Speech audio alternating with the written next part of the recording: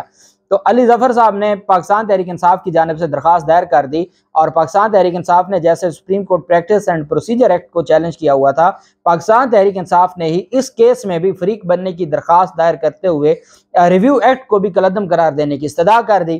Supreme court of Pakistan میں آج دوران سماعت سپریم کورٹ نے پاکستان تحریک انصاف کی درخواست منظور کر لی ریویو ایکٹ میں اس کیس میں فریق بننے کی۔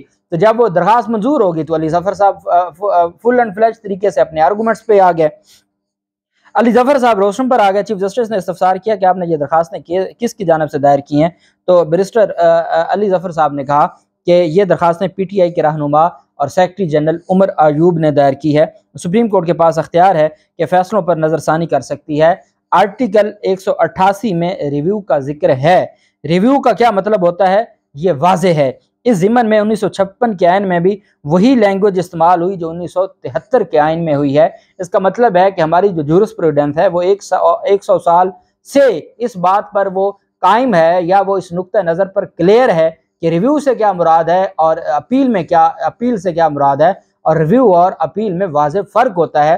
جو ہمارا 1956 کا آئین ہے، جو ریویو کے لیے لینگویج اس کا آئین میں درج کی گئی تھی، وہی لینگویج اب استعمال کی گئی ہے 1973 کے آئین میں۔ انہوں نے کہا کہ جو بیرسٹر علی ظفر صاحب نے کہا کہ سپریم کورٹ کے فیصلوں کا حتمی ہونے کا ایک تصور موجود ہے۔ پوری دنیا میں کہا جاتا ہے کہ سپریم کورٹ کا فیصلہ غلط ہو سکتا ہے لیکن وہ فائنل ہے، تو سپریم کورٹ کے فیصلوں کا حتمی ہونے کا ایک تصور پوری دنیا میں موجود ہے۔ نظر ثانی میں شواہد دوبارہ نہیں دیکھے جاتے۔ نظر ثانی کا دائرہ اختیار اپیل جیسا نہیں ہو سکتا۔ نظر ثانی صرف اس لیے ہوتی ہے کہ سابقہ فیصلے میں کوئی غلطی رہ گئی ہو، اور جسٹس دراب پٹیل، جسٹس فخر الدین جی ابراہیم جیسے ججز اس پر فیصلہ دے چکے ہیں۔ یہ سب ہیوی ویٹ ججز تھے جو بہت کلیئر تھے، اور انہوں نے یہ اس وقت ہی یہ بتا دیا تھا کہ ریویو اور اپیل الگ چیزیں ہیں۔ ریویو میں آپ نئے شواہد، نئی ایویڈنس، نئے گراؤنڈز نہیں لیے جا سکتے، وہاں صرف اگر کوئی مسٹیک رہ گئی ہے پہلی ججمنٹ میں اس حد تک آپ آ سکتے ہیں۔ چیف جسٹس نے ریمارک کی کہ آرٹیکل 188 ایکٹ آف پارلیمنٹ کی بھی بات کرتا ہے۔ بیرسٹر علی ظفر صاحب نے کہا کہ نظر ثانی اور اپیل دو الگ الگ دائرہ اختیار ہیں۔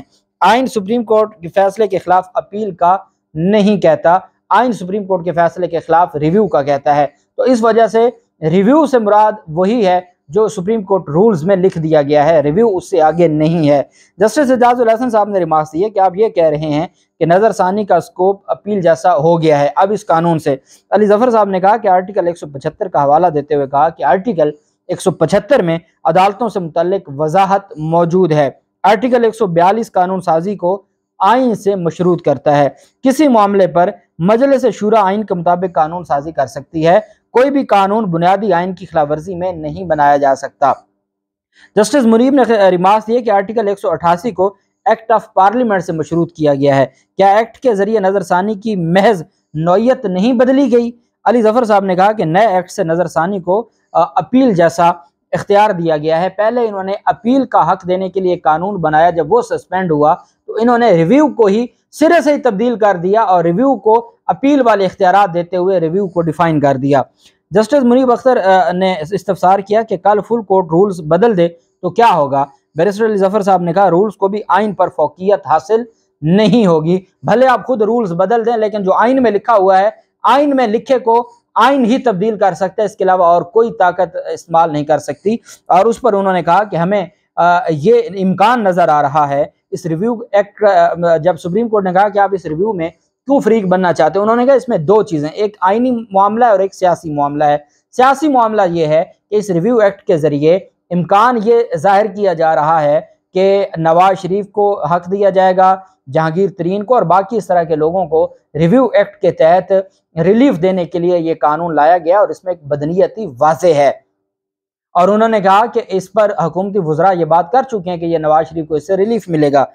خیر، جسٹس منیب نے استفسار کیا کہ چیف جسٹس نے ریمارک دی کہ اپیل اور نظر ثانی میں بہت فرق ہے، اب ایکٹ سے اپیل اور نظر ثانی کو یکساں کر دیا گیا ہے، کیا اب اس اپیل کے خلاف بھی نظر ثانی میں جانے کا آپشن ہوگا کہ اب جب سپریم کورٹ کا فیصلہ آتا ہے اس کے خلاف آپ نظر ثانی کرتے ہیں، جو اس کو آپ نے اپیل جیسے اختیارات دے دیے ہیں، تو کیا پھر اس کے بعد بھی کوئی ریویو کا حق ہوگا؟ کیا انہوں نے کھچڑی بنا دی ہے؟ چیف جسٹس آف پاکستان نے کہا کہ جسٹس اعجاز الاحسن صاحب نے جواب دیا کہ علی ظفر صاحب سے مکالمہ کرتے ہوئے اعجاز الاحسن صاحب نے کہا کہ آپ کو یہی مطمئن کرنا ہوگا۔ بیرسٹر علی ظفر صاحب نے کہا کہ ایسے ہی قوانین بنتے رہے تو کیا پتہ کل سیکنڈ اپیل کا قانون بھی آ جائے۔ پہلے ہمارے سول قانون میں ہوتا ہے فرسٹ اپیل اور سیکنڈ اپیل، تو سپریم کورٹ کو کہا علی ظفر صاحب نے کہ جس تیزی سے قوانین بنتے جا رہے ہیں، ہو سکتا ہے آج پہلی اپیل کا حق دے دیا ہے، کل یہ سیکنڈ اپیل کا بھی، اگر ان کی پہلی اپیل خارج ہو گئی سیکنڈ اپیل کا بھی یہ حق دے دیں گے، پھر اسی طرح قانون سازی چلتی رہے گی۔ تو چیف جسٹس نے ریمارک کیا بھارت میں ان چیمبر کیوریٹو لگایا گیا ہے، بھارت میں یہ ریویو 2 گراؤنڈز پر ہوتا ہے، ہمارے یہاں ریویو ایکٹ میں آرٹیکل 187 بھی شامل ہوتا تو اچھا نہیں تھا۔ آپ کو نہیں لگتا کہ یہ معاملات جلد بازی کے بجائے تحمل سے دیکھے جاتے؟ تو انہوں نے کہا جو علی ظفر صاحب تھے، انہوں نے کہا کہ یہی تو اگر اصل ایشو ہے کہ انہوں نے جلد بازی کی ہے۔ اس طرح کے جو معاملات تھے یہ کسی ایک فریق یا 2 فریق کے لیے نہیں ہوتے، یہ پورا جوڈیشل سسٹم ہے، یہ پورا جوڈیشل نظام ہے جس کو لے کر چلنا ہوتا ہے، اور یہاں منمانی نہیں ہوتی۔ اور انہوں نے کہا کہ اگر کوئی ایسا اختیار دینا ہے اور ریویو کا سکوپ آپ نے بڑھانا ہے، اس کے لیے آپ کو آئین میں ترمیم کرنی ہوگی۔ آئین میں ترمیم کیے بغیر آپ کسی بھی سب آرڈینیٹ لیجسلیشن کے ذریعے آئین میں دیے گئے پرنسپل کو یا آئین میں دیے گئے اختیار کو نہ کم کر سکتے ہیں نہ زیادہ کر سکتے ہیں، آپ کے پاس اختیار ہی نہیں ہے۔ سپریم کورٹ آف پاکستان نے کہا علی ظفر صاحب کے جو دلائل تھے، چونکہ ابھی اٹارنی جنرل صاحب نے اس میں دلائل دینے ہیں، سپریم کورٹ آف پاکستان نے کہا کہ ہم ان کیسز کی سماعت روزانہ کی بنیاد پر کریں گے۔ کیس کی سماعت کل 12:30 بجے تک ملتوی کر دی گئی ہے۔ کل اٹارنی جنرل صاحب ریویو ایکٹ پر اپنے آرگومنٹس دیں گے۔ کل کافی امکانات ہیں کہ یہ ریویو ایکٹ سسپینڈ ہو جائے گا، اور ریویو ایکٹ کے سسپینڈ ہونے کے ساتھ ہی پھر سپریم کورٹ آف پاکستان جو الیکشن ریویو ایکٹ ہے اس کے اوپر سماعت کرے گی، اور وہ 1-2 سماعت ہی ہونی ہے۔ اس کی وجہ یہ ہے کہ الیکشن کمیشن کے وکیل اپنے دلائل دے چکے ہیں، اور جو اٹارنی جنرل صاحب ہیں ان کے پاس 2-3 کے علاوہ اور کوئی ہے نہیں، اور علی ظفر صاحب اپنے دلائل دیں گے، اور وہ اپنے دلائل پہلے دے بھی چکے ہیں، مزید بھی ان کے دلائل ہوں گے۔ تو انشاءاللہ اس ہفتے میں کافی امکانات ہیں اور معاملہ بہتری کی طرف جا رہا ہے۔ جو ریویو ایکٹ میں پاکستان تحریک انصاف کی درخواست منظور ہوئی ہے فریق بننے کی، اس کی وجہ سے درخواست گزاروں کا جو کیس شاید وہ اس طرح کیس پٹ نہ کر سکتے جیسے علی ظفر صاحب کر رہے ہیں، تو اس وجہ سے یہ بھی سسپینڈ ہو جائے گا۔ اللہ پاک پاکستان کا حامی و ناصر ہو۔ بہت شکریہ۔ اللہ حافظ۔ پاکستان زندہ باد۔